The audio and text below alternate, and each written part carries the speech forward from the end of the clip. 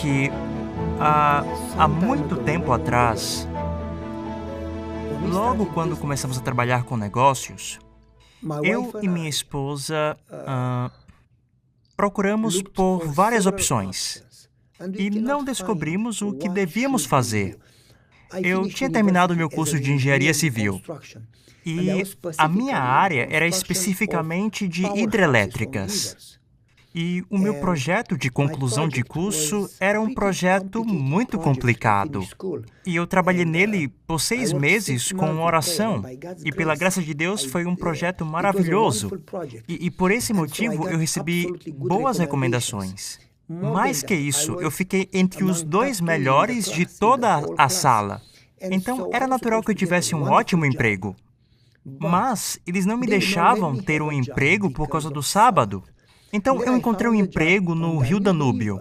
Mas isso era perigoso para o governo, para o Partido Comunista, porque as pessoas que tentavam fugir do país corriam e passavam a fronteira do Rio Danúbio e entravam na antiga Iugoslávia, e de lá iam para a Áustria. E basicamente eles disseram, você é um adventista. E como saberemos, já que você trabalha na fronteira, que você não vai tentar fugir? Então, eles não me deixavam ter um trabalho por causa do sábado, porque eu trabalhava na fronteira. E eu e minha esposa tentamos e pensamos, talvez Deus tenha um plano diferente. Então, nós oramos. E conforme nós orávamos, uma pessoa veio depois de uma semana de oração e falou conosco. E disse, sabe, quando as pessoas lutam contra você, você não precisa revidar. Você precisa apenas orar. Pois quando você segue o plano de Deus, Deus luta por você. Você não precisa lutar contra seus inimigos. Você precisa ter certeza que está conectado com Deus e segue os seus planos. Se você está fora de seus planos, você precisa se preocupar. Mas se você segue os seus planos, mesmo que você esteja em lugares difíceis, Deus abrirá um caminho para você. Se você seguir os planos de Deus, mesmo que você esteja em lugares estreitos, Deus vai abrir um caminho para você. E essa mensagem é muito poderosa. Aliás, eles me disseram, se você seguir os planos de Deus, até mesmo o maior dos seus inimigos será derrotado, sem você lutar contra ele, sem você se preocupar. Deus irá à tua frente para lutar. Você nem mesmo precisa se preocupar, Deus irá lutar por você. E então, eu e minha esposa oramos. E nós dissemos, nada acontece por acidente. Se Deus quisesse que tivéssemos esse problema, Deus não iria permitir. Ele iria dizer, basta, e Satanás não teria nenhum poder. Mas se Deus permitiu, talvez Deus tenha um plano diferente. Ele vai fechar essa porta, mas quando ele fecha uma porta, ele abre outra.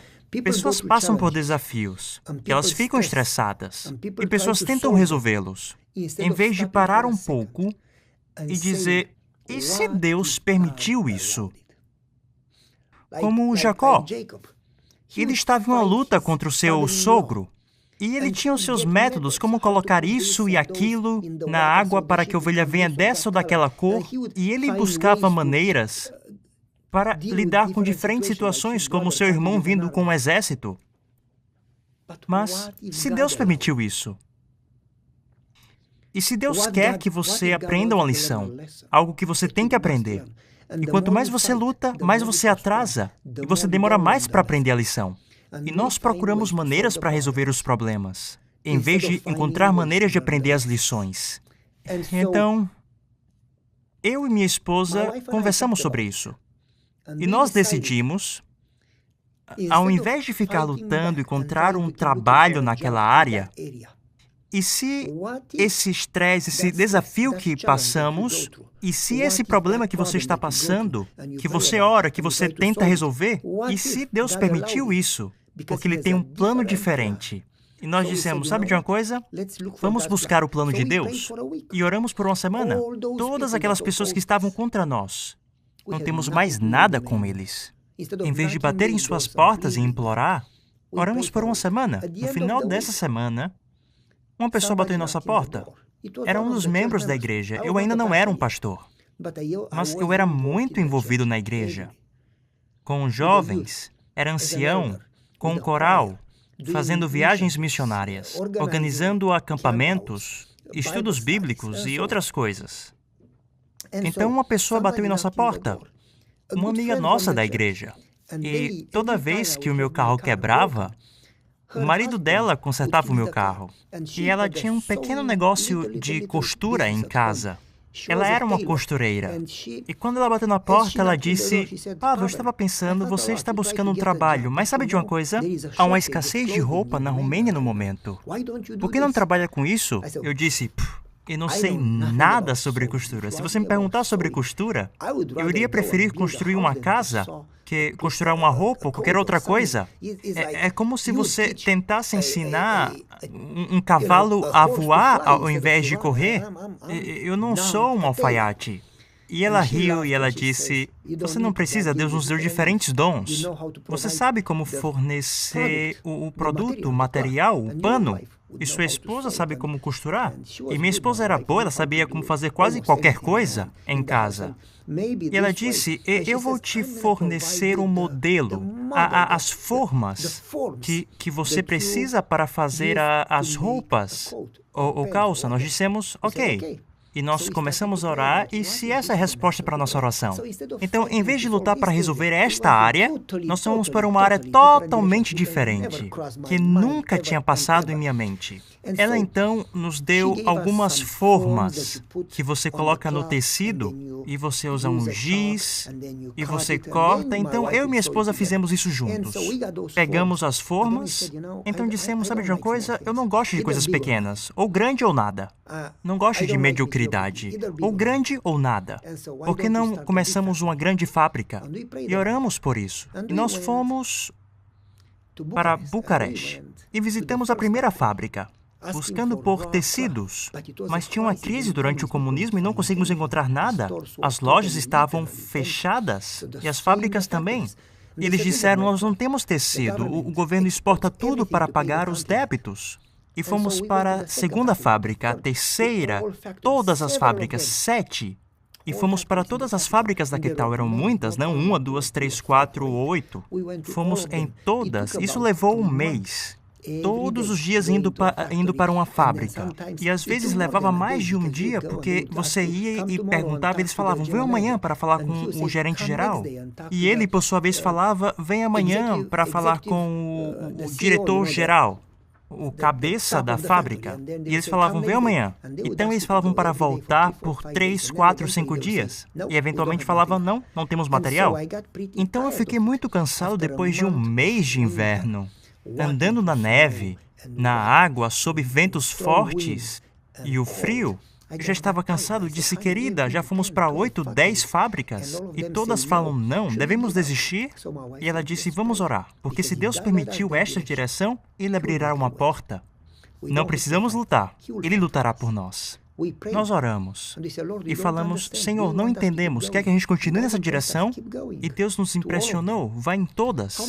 Faltam quantas? Uma. É muito estranho. Deus nunca responde no começo, mas sempre no final. Não sei o porquê, mas é a maneira como Ele age. Nós falamos: ok, vamos para a última. E fomos na última fábrica. Muito interessante. Bem, eu vou falar com a moça, ela é a gerente. E eu falei: por favor, me diga quem é o chefe. Ela disse: bem, a diretora da fábrica também é uma mulher e o escritório dela é ali. Mas você não pode falar com ela, precisa falar com o gerente, então gerente geral. Eu falei: não, vou falar direto com ela. Ela disse: mas você não pode. Eu falei: posso, veja. Eu apenas caminhei direto para a diretora. Abri a porta, tinha uma primeira sala com a secretária e a segunda sala da diretora. Você não pode, precisa agendar. Veja. Bati na porta, ela pensou que era a secretária. Abri a porta e falei: eu sou Pavel Goyal, preciso falar com você. Mas você agendou? Eu falei: não, e não vou esperar por isso. Eu tenho caminhado um mês pela neve todo dia, de fábrica em fábrica. Eu disse, abro aspas, eles me enviam de Anás para Caifás. E ela disse, o que você quer dizer? Essa pessoa me envia para aquela pessoa e aquela pessoa me envia para essa pessoa. E essa pessoa para aquela pessoa e aquela pessoa me manda para aquela moça. E elas levam uma semana para dizer não. Fale não logo para não perder meu tempo. Eu estava tão frustrado que eu falei tão rápido que eu usei... Normalmente eu não faço isso. Mas quando eu estou frustrado, eu uso o sotaque do sul. Então, como eu fui para a escola, eu não uso sotaques. Eu falo o romeno puro. Mas naquele momento, devido à frustração, eu usei o sotaque do sul. E aquela mulher falou, você é do sul? Eu falei, o que isso importa? Ela disse, você é do sul? Eu falei, sim, e daí? Ela disse, eu sou do sul. Eu falei, bom para você. Eu disse, todas as pessoas boas vêm do sul. E ela começou a rir. Então ela disse, você disse que o teu nome é Goya? Eu falei, sim. Bem, meu nome é Goya. Eu disse, oh, bom para você, todas as pessoas boas são chamadas Goya. E ela sorriu. Ela perguntou, quem é o teu pai? Eu disse, ela falou, você está brincando? Ele é meu primo. Quem é o teu avô?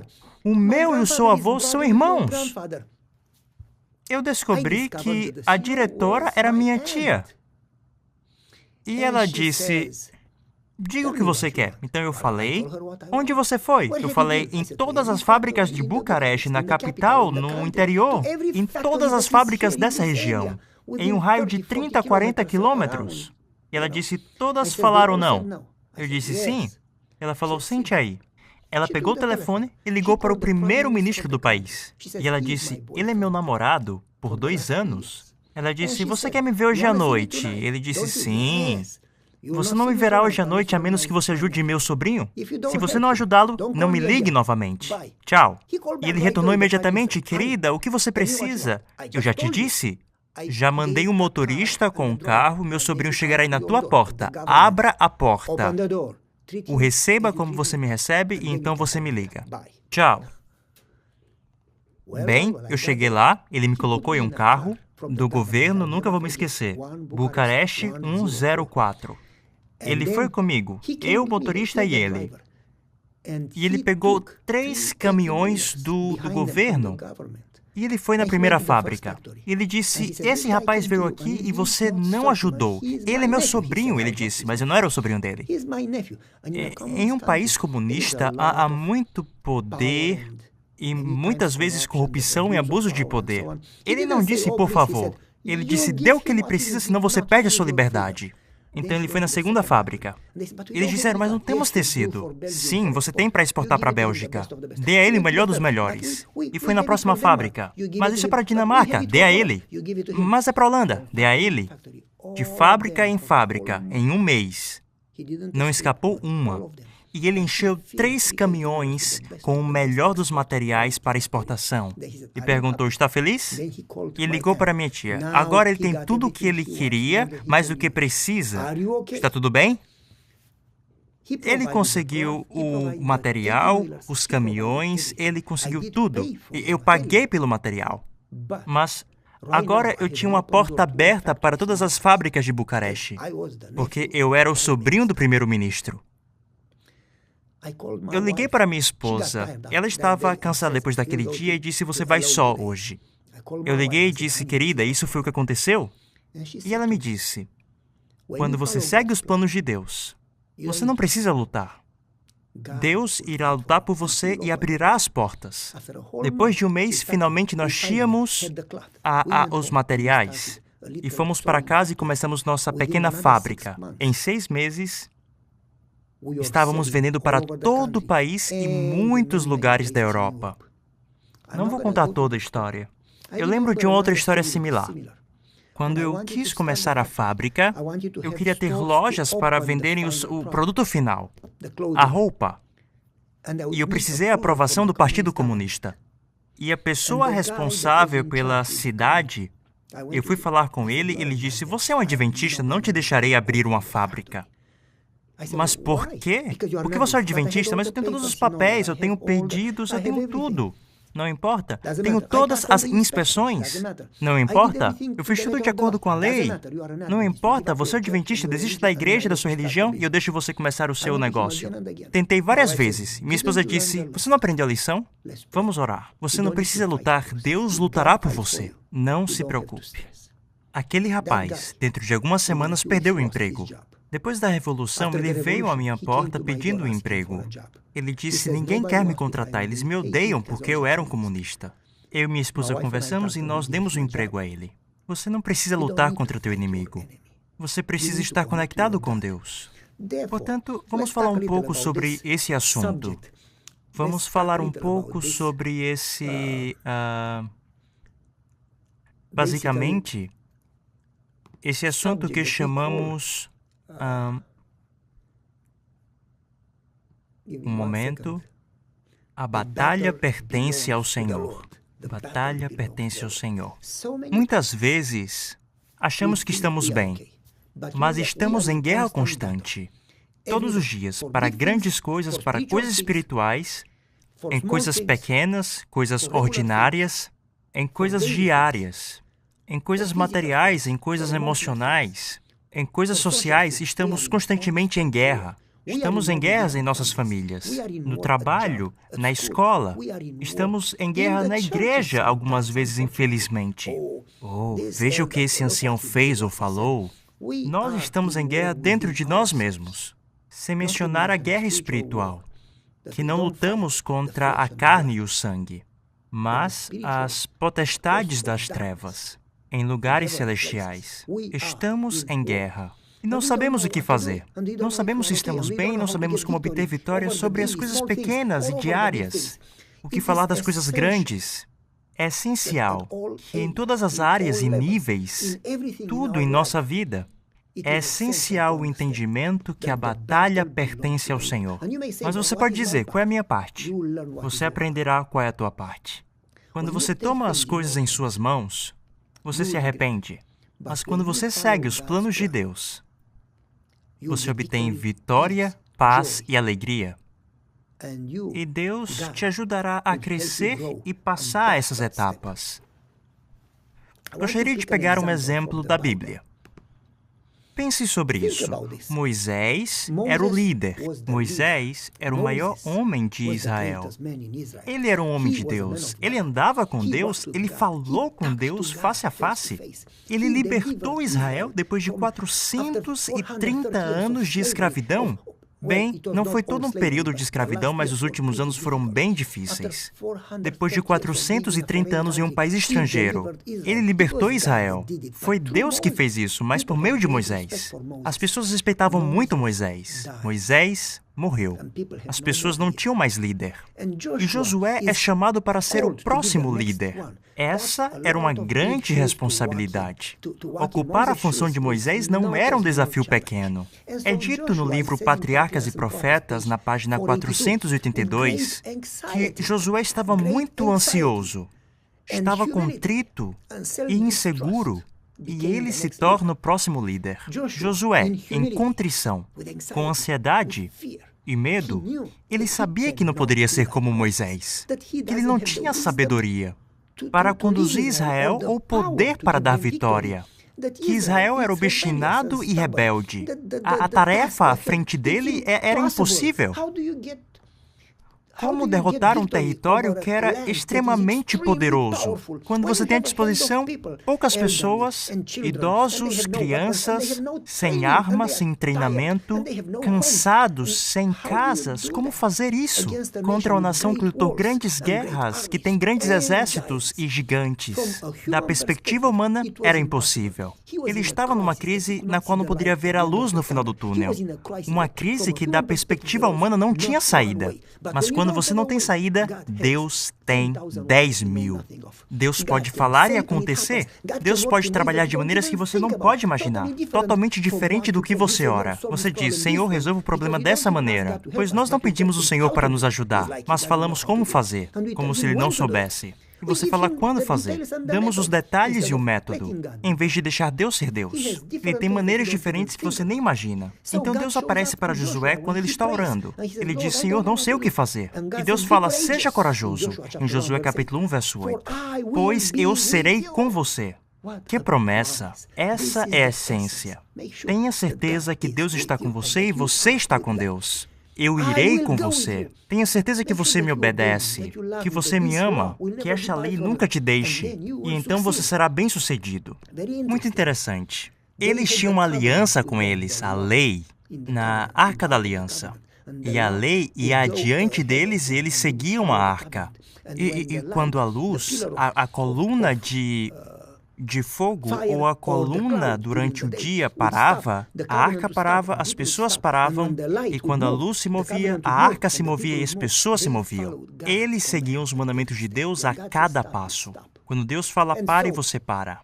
Então, eles deveriam cruzar o Rio Jordão. Mas como fazer isso? Pense sobre isso. Você pode achar que o Jordão é pequeno ou grande, eu não sei. Posso te mostrar algumas fotos, mas eu estive lá. Então, e Deus disse a ele, amanhã você cruzará o Jordão. Mas Deus não disse como, porque essa é a maneira que Deus trabalha. Quando Deus te pede para fazer algo, raramente Ele te diz como. Deus disse a Abraão, deixa o teu país, mas Deus não disse a Abraão onde ir, para qual direção. Como se Deus dissesse, vá para a estação de trem. E pegue o trem, mas Deus não diz, pegue para a esquerda ou para a direita. Pega o trem para o Maine ou para a Flórida. Deus não fala onde. Então você vai para a estação de trem e fala o que eu estou fazendo. E assim que você chega lá, Deus fala, pega aquele trem. Você pega o trem, mas Ele não fala o que fazer depois. E você entra no trem, você pode ficar lá por 8 horas. Então Deus fala, na próxima estação você desce. Mas não fala para ir para a esquerda ou direita. E você precisa aprender a confiar nele. Pois Deus nunca vai te falar hoje o plano de amanhã. Ele te falará o plano de hoje, hoje. E o plano para amanhã, amanhã. Por isso que nós precisamos conhecer Deus ao ponto de confiar nele. Então Deus disse, atravesse o Jordão, mas Deus não disse como fazer isso. Mas quando Deus te pede para fazer algo, se você obedece em fé, Ele irá prover os meios e os métodos. Então, eu quero que você veja que Josué sabia, Patriarcas e Profetas, página 482. Josué sabia que o que quer que Deus ordenasse, Ele iria preparar um caminho para que você realize isso. Quero que você escute isso, vou repetir. Josué sabia, ele não achava ou esperava. Aqui não diz que Josué esperava, ou talvez. Josué sabia, como a Bíblia diz em Romanos, sabemos que todas as coisas cooperam. Nós não esperamos ou achamos, talvez as coisas cooperem. Nós sabemos que todas as coisas cooperam. Josué sabia de fato que quer que Deus ordenasse, Ele abriria um caminho para tornar possível, para que você possa realizar isso. E pela fé, sabendo disso, ele começou a se organizar para atravessar o Jordão, antes de saber como fazer isso. Isso é maluquice. Como líder, você fala, amanhã atravessaremos o Jordão. E as pessoas perguntam, como faremos isso? Você tem uma comissão, você é o pastor. Você fala à igreja, faremos isso. E as pessoas dizem, pastor, se importaria se perguntássemos como? Nós não temos dinheiro, poder, não temos as ferramentas, as pessoas como? Bem, Deus me falou para fazer isso, devemos obedecer. Imagine que as pessoas sabiam que Josué era um homem de Deus e um homem íntegro. Se eles confiassem nele para começar a organização, bem, as pessoas sabiam que ele caminhava com Deus. De modo contrário, as pessoas nunca parariam para escutá-lo. Então, eu quero te mostrar uma foto com o Jordão em 2 estações diferentes. Apenas para te ajudar a entender. Esta é uma foto do Jordão. É muito pequeno. Eu estive lá. Na verdade, quando eles foram batizar Jesus, eles tiveram que procurar um local que fosse um pouquinho mais profundo. Eu já estive lá algumas vezes. E eu fui ao lugar que eles acham que Jesus foi batizado, pois este era o único lugar que eles costumavam fazer batismos. A história confirma isso. Por quê? Pois é o único local em que a água é mais ou menos, talvez 90 centímetros, não sei, um pouco acima do meu cinto. Então você teria que dobrar os seus joelhos e deitar sobre as mãos do pastor, pois não é profundo. Então, não deveria ser desafiador atravessar o Jordão. Contudo, 2 vezes no ano, no período da chuva, em abril e outubro, quando vem a chuva forte e tem neve nas montanhas, e a neve começa a derreter, e a água vai para o vale, a água vai muito forte. Essa é a razão pela qual o homem que não construiu sua casa sobre a rocha, mas sobre a areia, em grego não fala sobre areia. Diz potamos, significa leito de rio seco. Basicamente, durante o ano não há água, há seca. E o rio seca totalmente. E este é o melhor lugar para construir uma casa, pois você tem todos os materiais. Você tem as pedras, a areia, as árvores que a água trouxe. Você não precisa ir na floresta até as montanhas e cortá-las. Então as pessoas construíam as casas nesse lugar. Mas durante a estação chuvosa, quando a água vem, a casa não fica apenas um pouco danificada ou com um pouco de água. Grandes árvores, levadas pela torrente, desde as montanhas e atingem a casa e arrastam a casa, como se nunca estivesse lá. Quando a estação chuvosa vem 2 vezes ao ano, eu quero te mostrar como o rio fica. É como eles falam. É isso. Eles dizem que algumas vezes, tem uma largura de 1,5 km. Até 1,5 km. Além disso, eles falam que a velocidade da água vindo da montanha é tão grande que você não pode ficar e andar na água. Você seria levado, a correnteza é tão forte, você não consegue nadar. Você seria arrastado. Iria descer uns 5 quilômetros pelo rio, pela força da correnteza. E as árvores e os troncos que vêm te matariam. Basicamente, eles dizem que durante o período da chuva é impossível atravessar o Jordão. Foi durante a estação da chuva que Deus pediu Josué para atravessar o Jordão. Interessante, quando Deus te pede para fazer algo, Ele nunca pede para fazer algo simples. Na verdade, vai te pedir para fazer algo impossível. Se é simples, use o teu cérebro. Deus não pediu para Noé construir uma carroça pequena. Ele pediu para construir uma arca. Era loucura, era muito grande, impossível. Deus não pediu Moisés para cortar uma árvore. Pediu para que libertasse Israel das mãos de Faraó. Moisés não tinha um exército, poder ou dinheiro, ou armas. Quando Deus te pede para fazer algo, parece impossível. Mas quando você segue o seu plano, Ele lutará por você e te mostrará o caminho, acima da tua imaginação, acima do teu entendimento e poder humano. E então, Deus pediu a Josué, amanhã você atravessará o Jordão, se prepare. E Josué agiu pela fé, sabendo que humanamente ele não podia fazer isso. Mas o milagre iria acontecer porque Deus iria prover o caminho. Portanto, precisamos nos lembrar, você nunca estará sozinho. Como Jesus fala em João 15, permaneça em mim. Sem mim você não pode fazer nada. Temos a tendência de esquecer isso. Temos a tendência em querer resolver por nós mesmos. E aí fazemos uma bagunça. Permaneça em mim. Eles sempre tinham a arca indo à frente deles. Você não vai à frente de Deus. Você vai com Deus. Deus vai primeiro e você o segue. Se ele for para a esquerda, você vai para a esquerda. Você não faz perguntas. Bem, mas Deus foi em direção ao Mar Vermelho. Não faz sentido. Vamos dar a volta. Não, se Deus for para o Mar Vermelho, você o segue. Se Deus for para o Jordão, você o segue. Mas por que não vamos 3 meses depois? Se Deus fala para ir hoje, vá hoje. Eles seguiram a Arca da Aliança. Eles estavam sempre em sua presença. Eles não deveriam deixar a Arca da Aliança. Eles deveriam estar na presença da Arca da Aliança. Shekinah, os santos dos santos. Deus com eles. Isso é o que significa Emmanuel, Deus conosco. Deus quer ir com você. Você quer ir com Ele? Então, o propiciatório e a lei, a presença de Deus estava com eles. Nunca, nenhum empreendimento, grande ou pequeno, nenhuma ação, grande ou pequena, espiritual ou privada, no cotidiano, nunca, em nenhum momento, era para ser feito só, mas somente na presença de Deus, seguindo a guia de Deus e os seus planos. Eles não deveriam seguir sozinhos em nenhum esforço, mas somente por meio da sua guia e sua presença. Isso é algo que não entendemos, mas é a razão do sucesso. Você vai com Deus. É a certeza do sucesso. Deus não pode perder uma batalha. Se você for só, você perderá. Muito interessante. Deus disse, atravesse o Jordão. Mas olhe para a água. Como assim, Senhor? Essas pessoas irão morrer. Deus diz, atravesse o Jordão. Quando Deus dá um plano, muitas pessoas esperam os problemas serem resolvidos para obedecer. Deus quer que você primeiro obedeça.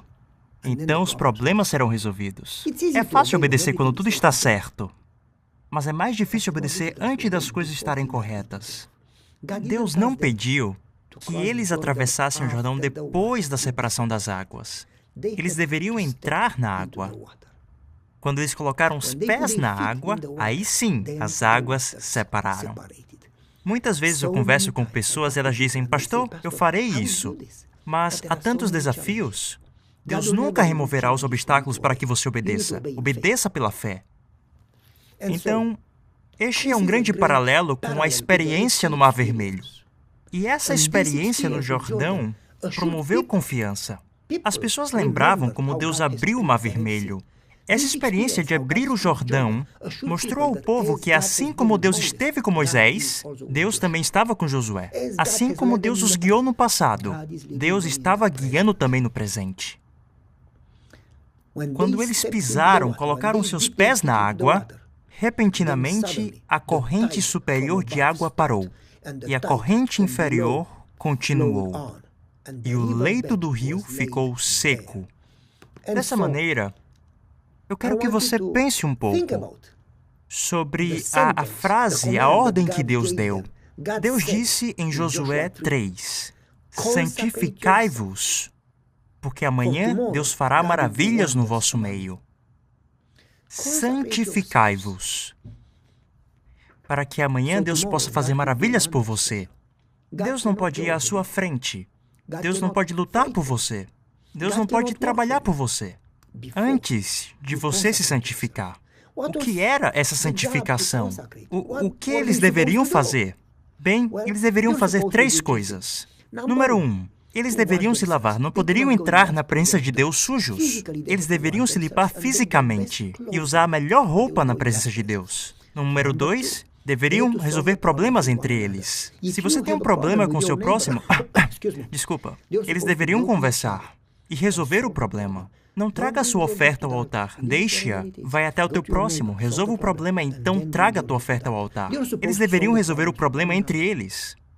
Mas número 3, eles deveriam resolver os problemas com Deus. Deveriam confessar qualquer pecado, qualquer coisa que estivesse entre eles e Deus. Deveriam confessar e dizer, Senhor, desculpe, por favor me perdoe. Assim que confessassem, estariam perdoados? Deus não poderia ir à frente deles antes disso. Eles não se tornavam santos. Eles continuavam a ter problemas. Mas eles davam o melhor. Eles iam diante de Deus e pediam por perdão. Mas havia mais uma coisa que eles deveriam fazer. Eles deveriam ser circuncisados. Essa não é uma boa ideia quando você está na guerra. Todos os homens deveriam ser circuncisados. Imagine, eles não tinham anestesia. Imagine, eles sentiam dores por cerca de 1 semana, a história confirma. Todos os homens de guerra sentiam terríveis dores, em desvantagem, por 1 semana. Não poderiam fazer nada por 1 semana. Isso é se tornar vulnerável. Você atravessa o Jordão e você está em território inimigo. E você circuncisa todo o exército. Essa é a pior estratégia que você pode usar em guerra. Basicamente, eles eram o alvo mais fácil. Eles poderiam ter dito, nós temos um pouco de poder, não suficiente para obter vitória. Mas ao fazer isso, eu perco todas as minhas forças. Fazendo isso, eu fico sem poder. Ficamos totalmente expostos. Isso é suicídio. Por que Deus pediria isso? Não apenas como sinal que eles se santificaram para Deus. Não para eles mesmos, para Deus. Mas para também ensinar uma lição. A vitória não vem de vocês. 0, nem mesmo 1%. Não é a tua sabedoria. Não é o teu planejamento, nem o teu poder. Vitória vem apenas do Senhor. Você não pode ter crédito nisso. Estrategicamente, foi a pior ideia possível. Se você participasse da comissão ou estivesse no exército, e você tivesse uma reunião com os oficiais, todos iriam pensar que você estava com um parafuso a menos. Então, se santifiquem em Gibeate. Todos eles se circuncisaram. Isso é no território inimigo. Naquele momento, eles estavam vulneráveis. No pior ponto geográfico, com a menor possibilidade de defesa. Naquele momento, Josué começa a orar. Ele diz: Senhor, em minhas palavras, nós não somos nada. Não sabemos de nada. Não podemos fazer nada. Não merecemos nada. Dependemos totalmente no Senhor. O que irei fazer, Senhor? Este povo é o teu povo. Nós não temos poder, não temos sabedoria. Não temos método. Não temos solução. Não temos armas. Quando você vai diante de Deus e você reconhece sua total dependência nele, é aí que ele trabalha. Deus responde uma oração humilde e honesta, que reconhece a total dependência em contrição. Josué ora. Ele é um homem de oração. Ele caminha com Deus. E vemos que ele ora todo o tempo. Acreditamos que ele estava andando com Deus. Agora, conforme Josué começa a orar, depois de atravessar o Jordão, eu quero que você entenda, ele faz isso pois não quer lutar contra o inimigo com o seu poder e sabedoria, mas com o poder de Deus. É isso que eu quero que você entenda. Josué não entra em pânico durante a crise. Josué ora todo o tempo. Pessoas que oram todo o tempo, elas não entram em pânico durante a crise, pois estão com Deus. Então, à medida que continuamos, quando ele vai orar, lemos na Bíblia, lá em Josué capítulo 5, um estranho apareceu. E Josué se levantou da oração e disse: Você está conosco ou com nossos inimigos? Você está por nós ou contra nós? E o desconhecido falou: Nenhum dos dois. Mas sou o comandante do exército do Senhor. Uau! E Josué caiu no chão em reverência e perguntou: O que é que você quer que eu faça? Qual é, diz lá, a mensagem que o Senhor tem para o seu servo? E o comandante do exército do Senhor respondeu: Muito bem. Pegue o exército, faça um treinamento de 1 semana, diga que não devem ter medo. Ele não diz isso. Ele diz: Retirem suas sandálias, pois a terra é santa. Pera. Só um momento, Senhor. Nós estamos no terreno do inimigo. Estamos na pior das crises, estamos circuncisados. Nenhum de nós pode lutar. Os homens estão chorando muito e fracos. Eles não podem nem mesmo se mover devido à dor. E você me pede para retirar as sandálias? Você não disse: Eu vou te dar um exército. Eu vou te defender, faça isso ou aquilo. E o Senhor pede para retirar as sandálias? Qual é a conexão entre a guerra que estou, a crise na qual estou e minhas sandálias? Vamos ver. A maneira pela qual o Senhor vence a batalha é totalmente diferente da maneira pela qual as pessoas vencem as batalhas. Retire suas sandálias. Uau! E Josué fez isso. Josué vai para um lugar escondido para orar, para buscar o Senhor. Buscando a presença do Senhor, a sua guia, para buscar o plano de Deus. Me parece que é fácil lutar a batalha. Josué não decide lutar na crise, mas decide orar pela luta. Nós sabemos o final da história, mas Josué não sabia. É fácil para nós lermos a história. Não foi fácil para ele estar na história. Ele não tinha exército, não tinha armas. Ele tinha crianças, idosos, pessoas não treinadas. Os que lutavam estavam circuncisados. Se você estivesse lá, como se sentiria? Senhor, estou em necessidade. Dependo do Senhor totalmente. Estamos em total desvantagem. E Deus fala: eu tenho a solução. Tire suas sandálias. Quando Deus fala com você, as coisas parecem não fazer sentido. É como Jacó: Senhor, poderia me abençoar? Qual é o teu nome? O que tem a ver? Deus parece não nos entender, parece que não liga. Ou nós não entendemos Deus. E então, eu quero que você entenda que a maneira que você luta a batalha não é lutando, mas buscando a presença de Deus. A maneira que você luta a batalha não é se envolvendo na guerra, mas é buscando a presença de Deus. Parece que não tem nada a ver com a batalha, mas essa é a maneira que Josué lutou. Em vez de preparar pessoas para a guerra, ele foi orar, buscar a Deus, para ter certeza que Deus está conosco. Porque se Deus está conosco, não precisamos nos preocupar. Portanto, você precisa da presença de Deus em vez de buscar uma estratégia.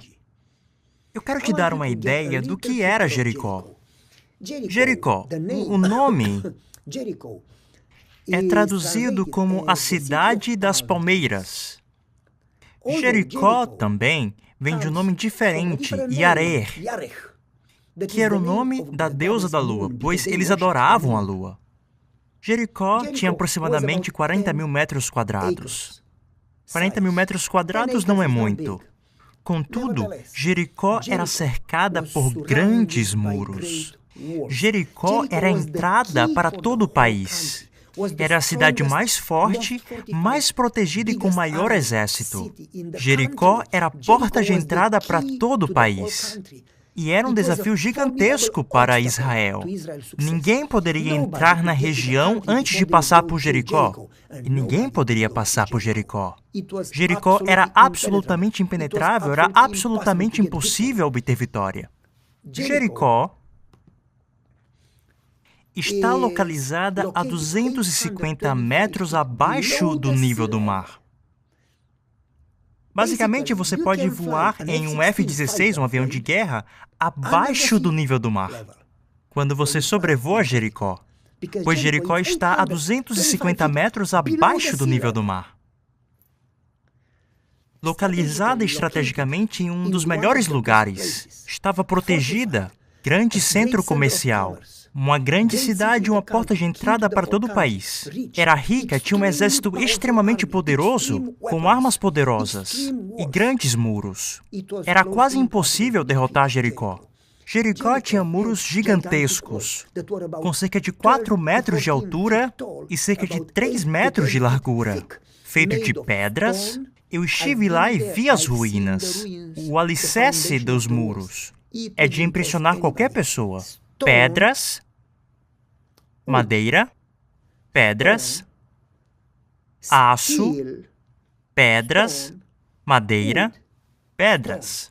Basicamente, os muros eram tão largos que você poderia colocar 3 carruagens paralelamente no topo do muro, percorrendo todo o muro. Era tão largo que algumas pessoas tinham casas dentro do muro. Na parte de cima do muro, havia alguns buracos que tinham formato em V. Do lado de fora era muito pequeno, dentro muito grande. E pessoas, arqueiros com flechas, estavam lá. Basicamente, você não conseguia mirar naquele buraco muito pequeno.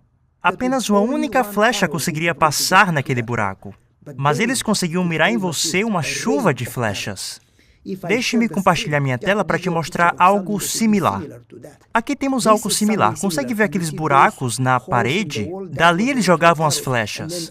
E da parte de cima eles jogavam objetos em chamas nas pessoas. E eles jogavam pedras, eles tinham equipamentos para jogar as pedras muito longe. E eles jogavam essas pedras em chamas. Era bem difícil. Lembra? Deus os pediu para caminhar ao redor do muro. Isso é maluquice, suicídio, caminhar ao redor dos muros. Você se torna um alvo para as flechas, para as pedras, das armas. Você fica sob o ataque do inimigo. Josué é responsável por todo Israel. Qualquer erro que ele cometesse, as pessoas pagariam com suas próprias vidas. Famílias ficariam sem os pais. Ele percebeu que não era capaz, e em vez de lutar a batalha, ele busca a presença do Senhor. Ele não ora apenas quando está em necessidade. Ele ora todo o tempo, precisa da presença de Deus. Quando você percebe a tua dependência de Deus e você busca a sua presença, Deus vem. Veja, Josué diz para o desconhecido, você está com nós ou contra nós? E Deus fala, nenhum dos dois. Interessante, em tudo que fazemos, nós queremos que as pessoas estejam conosco ou contra nós. Pastor, está comigo ou com o outro? Você está com republicanos ou com os democratas? Você está com o pastor ou comigo? Quando um casal se divorcia, por exemplo, as pessoas querem que os outros sempre tomem uma posição. Elas não entendem que não existem lados quando você está com Deus. Deus traz unidade. Satanás traz divisão. Jesus orou pela unidade. Eles não perceberam que, basicamente, Deus estava lá por uma razão diferente. Em vez de perguntar a Deus, o Senhor está comigo? Você deveria se perguntar, eu estou com Deus? Pessoas querem que Deus esteja ao seu lado, em vez de querer estar ao lado de Deus. Enfim, o desconhecido falou nenhum dos dois. Eu não estou com você, nem contra você. Eu sou Deus, eu quero que você esteja comigo. Então Deus fala, retire suas sandálias. Isso revelaria a identidade do desconhecido, pois Deus falou mesmo para Moisés, retira as tuas sandálias. Josué sabia que ele estava na presença do Deus Santíssimo. Ele estava diante do Criador e ele sabia ali que Deus estava com eles. Que confiança, que confiança. Ele diz, eu não estou com você nem contra você, eu sou o comandante do exército do Senhor. E eu vim agora, a Bíblia diz, eu vim agora porque você me chamou.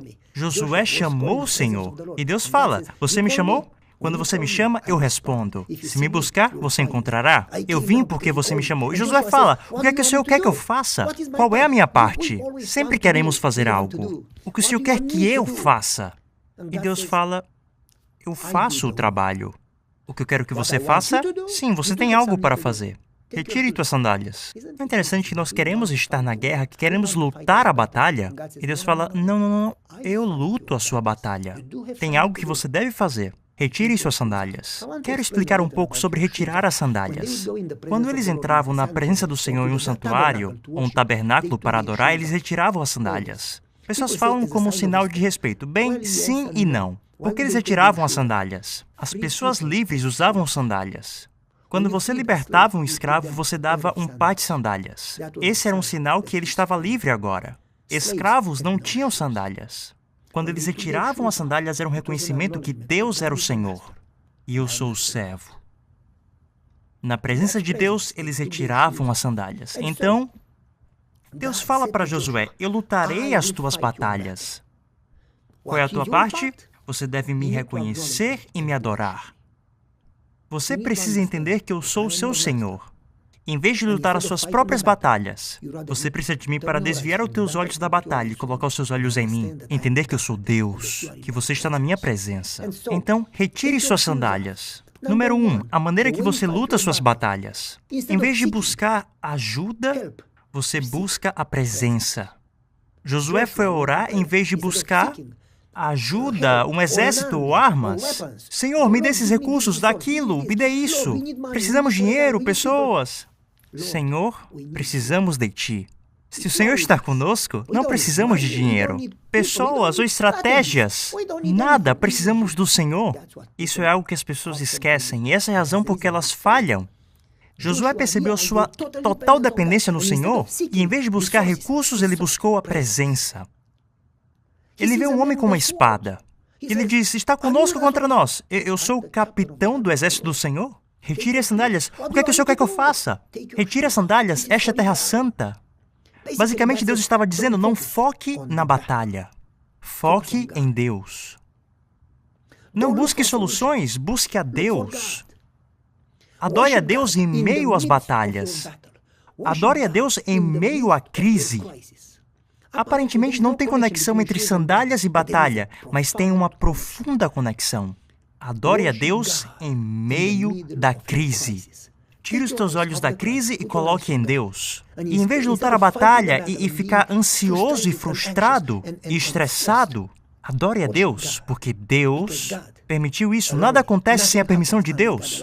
Todas as coisas cooperam se Deus permitiu. É mais importante para você estar com Deus que lutar a batalha. Foque em Deus. Essa é a primeira coisa, isso é a prioridade, isso é vital.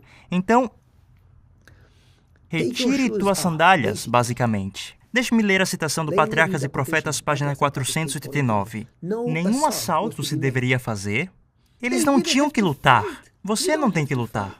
Quando você luta, você coloca isso sobre os seus ombros. Apenas deviam, diz o parágrafo, fazer o circuito da cidade, tendo a arca de Deus com eles e tocando as trombetas. Esse era o segredo, você não tem que lutar. Mas precisa ter Deus com você. Você precisa ter certeza que Deus está com você. Não deveriam conquistar com suas próprias habilidades, poder ou sabedoria. Você não vencerá o inimigo com as suas próprias habilidades ou teu poder, ou sabedoria, estratégia ou luta. Não teriam conquista pelas suas próprias habilidades, poder ou sabedoria, mas pela obediência e fé no poder de Deus. Quantas vezes as pessoas se estressam por não entender essa lição? Amedrontadas, estressadas, cansadas. Não faz sentido. Eles não deveriam participar com nenhuma estratégia ou dinheiro, nenhum time ou pessoas, nenhum plano ou armas, nenhum estresse, de fato.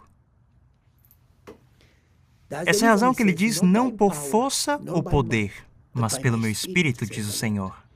Essa é a razão pela qual ele diz, em paz e serenidade será a tua salvação. Você não luta uma batalha elaborando um plano e lutando. Você luta convidando a presença de Deus. Lembra de Jacó? Quando ele finalmente tinha a presença de Deus, Deus apareceu para Esaú aquela noite em sonho e disse, não toque no seu irmão. Deus lutou. Deus lutou por ele. Vamos continuar. Eles deveriam tocar as trombetas. Bem, eles tocavam dois tipos de trombetas. Uma era feita de bronze, mas também tinha um chofar, que era do carneiro.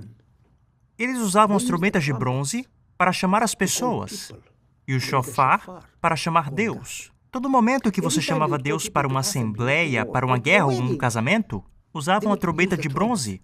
Mas quando o sábado chegava, tocavam um chofar para chamar a presença de Deus na sexta-feira à noite. No Monte Sinai, tocaram um chofar para chamar a presença de Deus. Deus falou para Josué, toque o chofar. Basicamente, depois que você caminha ao redor do muro, você chama a presença de Deus. Ele derrubará os muros, não você. Então, o chofar, como Gideão, ele deveria ter em uma mão a luz e na outra mão a trombeta, o chofar, para chamar a presença de Deus. Quando a presença de Deus chega, o exército inimigo é derrotado. Então, vamos voltar ao verso. Deus disse, quando Josué falou, o que o Senhor quer que eu faça? Sim, eu quero fazer algo. Eu quero ter parte na minha vitória. Quero ter parte na minha salvação. Qual é a minha parte? Deus falou, retire suas sandálias. Lembre, mesmo em meio à crise, você não está só. Lembre em meio à crise que Deus está com você. E em vez de lutar, adore. Retirar as sandálias era adorar. Adoração não acontece apenas no sábado. Adoração deve acontecer todos os dias. Vejo pessoas mudarem depois de uma doença ou divórcio, mas raramente vejo pessoas mudarem depois de um sermão. Elas acham que a adoração acontece quando elas vão à igreja. Isso é adoração, mas a adoração também acontece todos os dias. Todo momento que você entra na presença de Deus, em contrição. Isso é adoração. A adoração deve acontecer todos os dias. Manhã e noite devemos nunca nos separar de Deus. Devemos sempre estar na sua presença, andar com Ele, estar consciente da sua presença.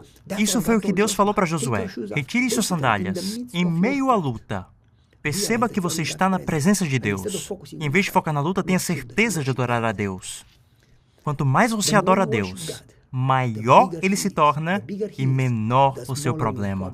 Se você tem um grande problema, significa que você não tem os seus olhos em Deus, mas nos seus problemas. Pois se você mantém os seus olhos em Deus e o adora em meio à crise, o teu problema será tão pequeno que nem vale a pena olhar para ele.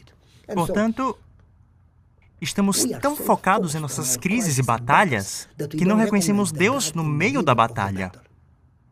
Estamos tão focados na tempestade ao nosso redor e o nosso barco afundando que não vemos Jesus no barco. Não vemos Jesus andando na tempestade, pois mantemos os olhos na tempestade, em vez de adorar a Deus. Será que o desafio e o problema que você tem, que você acha que está contra você, que é o teu inimigo, é o teu problema, é o estresse, será que pode ser Deus, na verdade, trabalhando por você? Jacó pensava que estava lutando contra um desconhecido, sem perceber que estava lutando contra Deus. Será que a tua crise não é teu inimigo, mas Deus trabalhando por você? Para que você cresça, para te ensinar uma lição, desenvolver o teu caráter, te salvar, te usar? Ou mesmo que Deus use uma luta real com teu inimigo, talvez Ele use isso para te dar vitória, pois Ele não te dá a vitória da maneira que você quer, no momento que você quer, mas te dá vitória no momento que Ele quiser. Será que Deus permite isso para, na verdade, te dar vitória sobre o teu inimigo? Como Deus disse a Josué, a Jericó que você vê hoje, não verá amanhã. Amanhã você ainda estará aqui, mas não Jericó. E você fica estressado, mas por quê? Deus quer te dar vitória, pare de se estressar. Quando você se estressa, a mensagem é, você não tem um Deus?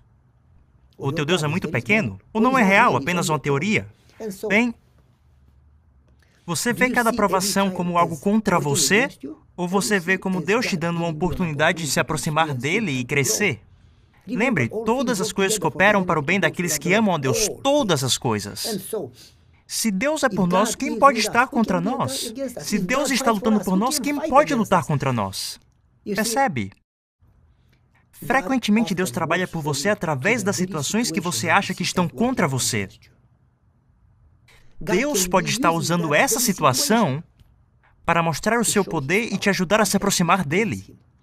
Você nunca tem uma grande experiência, ou uma grande intervenção ou história, a menos que você passe por uma grande crise. Pois para uma crise pequena você não precisa de muito poder. Não precisa de uma grande intervenção. Para uma pequena crise, você precisa de uma pequena solução. Quer ter uma grande história? Você precisa de uma grande crise. Pessoas querem ter grandes histórias e milagres, mas fogem das crises. Cada crise é uma oportunidade de experienciar Deus e não de entrar em pânico. Então, você está tão focado em sua situação que você não consegue ver Deus, que está próximo de você? Portanto, voltando à medida que a gente continua, não somos chamados para lutar a batalha. A batalha pertence ao Senhor.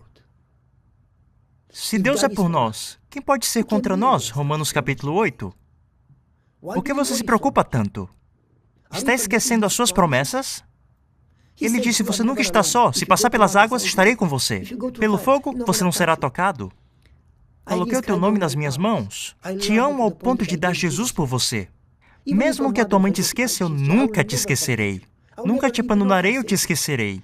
Na conversão e no sossego está a tua salvação. Na tranquilidade e confiança, a tua força. Isaías 30. Conservas em perfeita paz aquele cujo propósito é firme. Isaías 26, 3. Você está esquecendo essas promessas? Por que nos estressamos tanto? Constantemente estamos prontos a lutar. Na verdade, algumas pessoas lutam antes de saber pelo que elas estão lutando. Elas lutam e então perguntam, aliás, quem é o inimigo? Algumas pessoas ficam estressadas e estão prontas para lutar. E luta com todos, tornando a vida miserável para todos ao seu redor. E eles não têm informação alguma. O que dizer da presença de Deus? Temos a grande responsabilidade de mostrar a presença de Deus em nossas vidas. Como podemos atrair os outros se nos estressamos por tudo? Achamos que devemos fazer isso ou aquilo para resolver nossos problemas. Pedintes acham isso também. Precisamos aprender a confiar em Deus e permanecer em sua presença. Esse é o nosso chamado. Então, agora iremos finalizar essa apresentação e continuaremos no próximo momento. Deixe-me orar. Nós continuaremos a segunda parte na próxima oportunidade. Oremos.